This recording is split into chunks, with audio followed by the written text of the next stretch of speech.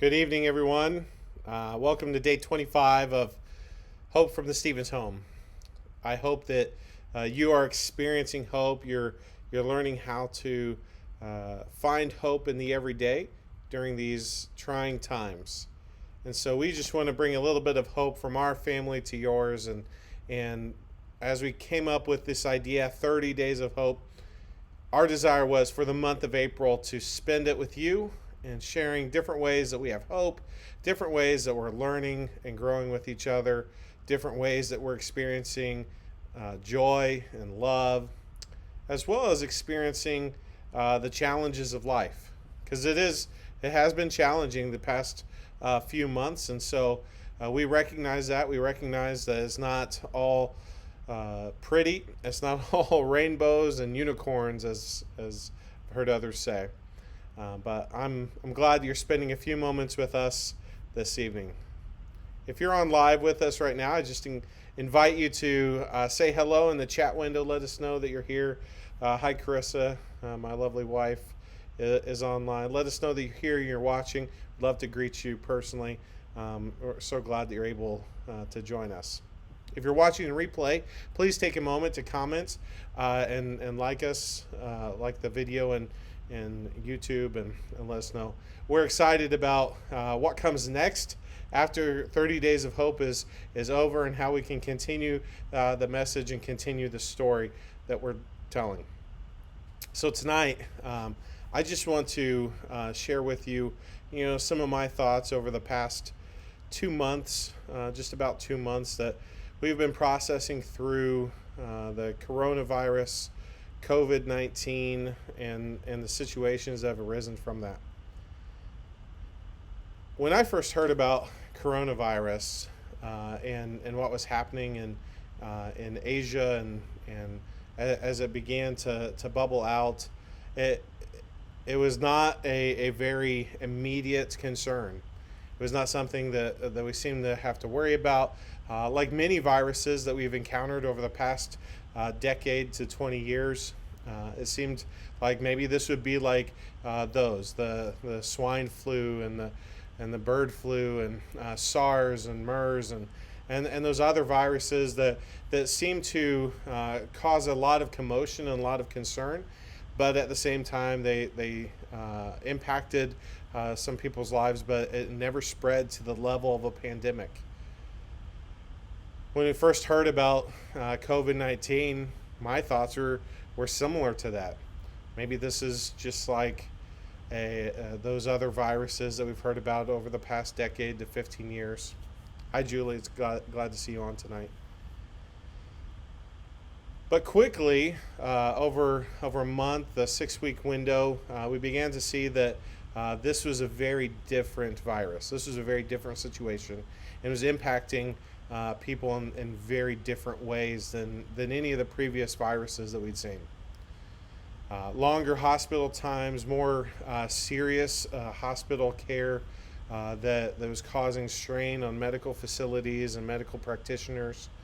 And we began to see that this seemed to be a little bit more unique as far as transmission, as far as how it's given, transmitted. It seemed like there was some difficulty in identifying. Can this be person to person? Can it be aerosol through the air? Does it have to be touch? How is this virus transmitted, and how are we spreading it? And so as the news began to develop in more real time than I think we've seen for many of these other viruses, as the news began to develop and as the conversation began to happen, we kind of saw, or at least as I saw it, it seemed like the virus was creative and how it was spreading and how it was finding new ways. Recommendations at some point came through, and some recommendations came through and then were rescinded. But they talked about washing or wiping down even packages that you got in the mail, washing and wiping down grocery store items, and so at various times there was conversation on what needs to happen in order to curb transmission of this virus. I bring that up not to remind us of the challenges that we've been facing, but I bring that up because it seems like that the COVID virus has experienced, as we've gained more information and understood how it works and how it's happening, how it affects the body. We're still in the learning curve and in our medical understanding of it, scientific understanding. But as we've learned that, we've seen changes and creative approaches and adaptation on our part in how we handle transmission and protecting each other, and how we help our healthcare professionals and our frontline workers, and we're so thankful for them. We've gone to, wearing masks in public and gloved items and not going into stores and social distancing. And we found these creative ways to help flatten the curve and help those around us. It's not just for me. I saw a beautiful picture that when I wear my mask, it's not really just for me. It's to protect others around me. And so I take heart in how I can help and protect others. But just as we've found creativity or creative means to do those things and flatten the curve and help with the virus transmission and our understanding creative means of what needs to happen in order to aid with all of the efforts that are going on there, the beautiful thing that I've seen is creative ways of spreading hope. In fact, our church is getting ready to start a program called TJC Spread Hope. So this is our hashtag TJC Spread Hope. And I've seen other people and other organizations, other churches have a similar idea. How can we spread hope? So we have 21 days of hope coming up for our church, and we're so excited to be able to do that. And one way that we creatively spread hope was today we had what we called a high noon drive-through service. So we had our church family drive through. They haven't seen each other for many weeks, but they drove through. No getting out of the cars allowed.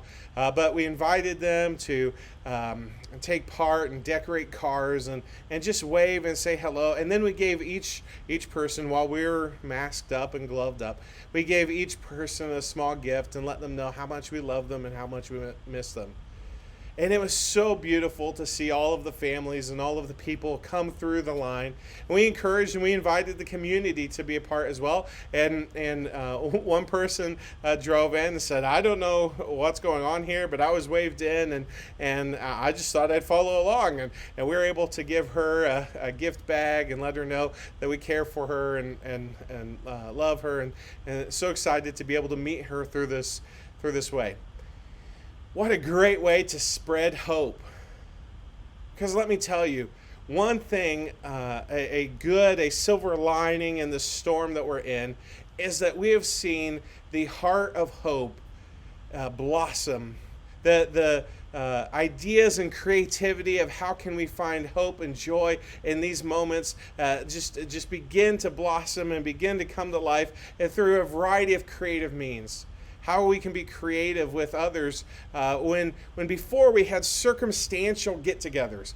We'd meet each other at our workplace or at our church or at our gym, and we knew each other, and because of those circumstances, we felt like we had connections. We felt like we had relationships. But now we're having to spread hope because we're dealing and struggling with so many new changes to our life. We're going through trauma as we deal with shifts in work, or maybe losing your job, as we deal with shifts in education and e-learning and finishing out the school year, as we deal with major shifts for people in transition time periods like seniors who had an idea and an understanding of what their senior year was going to look like, and now graduations are very different.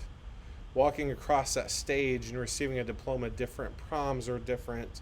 These meaningful moments in people's lives, weddings and funerals and showers and parties are very different. But the beautiful thing that I've seen during these times is a creative expression of hope. Zoom or WebExes to host baby showers and family events.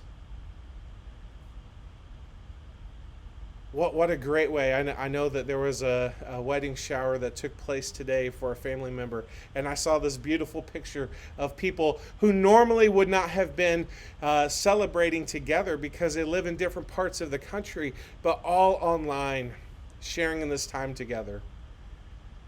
This high noon drive-through where we were able to serve each other and see each other in a very unique way. These times of expression of hope, and I saw one family, one person just got a random anonymous gift card in their mailbox saying, hey, here's some hope. How can you be a carrier of hope today? How can you spread hope to those around you? Giving hope is one of the best ways to build hope in yourself.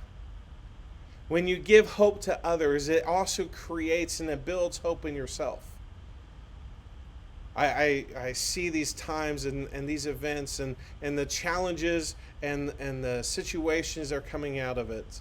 But I also see the beauty and the opportunity that people are taking to create and spread hope. So tonight, day 25 of our 30 days of hope, let me ask you, what's a creative way that you can spread hope over the next couple days? Can you take part in a birthday parade for someone? Drive by their house with a group of other people honking your horns with poster board outside. We bought a 10-pack of poster board at Walmart for, I think it was $2 or $3. So we have poster board on hand to make these signs. Can you take part in a birthday parade? Can you take part in a random act of kindness mailing? Two of our boys just had birthdays over the past week and a half. And my wife said, hey, could you send my boys cards? And we got some beautiful cards from people that we don't stay in touch with on the circumstantial side, the times when we bump into each other at church or bump into each other at work. But we found people that we have stayed in touch with over the years and connected with at various points in our life that we may not see in the normal day-to-day, but they still sent cards and connected, and what a beautiful, joyful expression that our kids experienced because of that spreading of hope. How can you spread hope over the next few days? I encourage you, be creative, find a creative way, and I encourage you this weekend to find one way, one person that you can spread hope to, because hope is contagious. Will you join me in spreading hope? Thank you for all you're doing, and I pray that from our family to yours, you would experience hope. Have a great evening.